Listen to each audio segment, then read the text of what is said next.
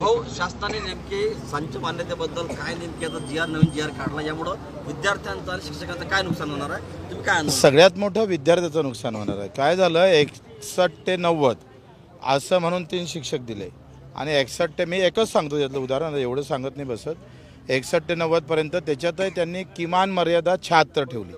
म्हणजे जर 75 जर असन तर तुम्हाला 3 शिक्षक भेटणार नाही, 2 भेटन. आता 70-75 विद्यार्थ्याले जर 2 शिक्षक दिले तर शाळा चालन का? शाळा चालल्या नाही तर गावातल्या पोरीचं शिक्षण सगळं वाटोळं झाल्याशिवाय राहणार नाही. तुम्ही खाजगी शाळेमध्ये 15 विद्यार्थ्यामागं 1 शिक्षक दिला जातो. सरकारला तिजोरीतला भार कमी करायचा आहे.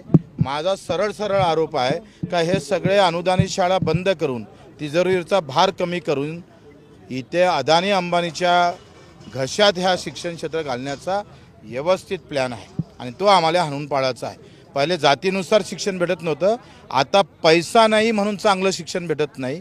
दर्जेदार शिक्षण तर देऊ शकलेच नाही. पण आपण जर पाहिलं राईट टू एज्युकेशनमध्ये काय म्हटलं आहे, राईट टू एज्युकेशन म्हटलं आहे का 1 ते 14पर्यंत म्हणजे 6 ते 14पर्यंत सगळ्यांना शिक्षण हे अनिवार्य आहे.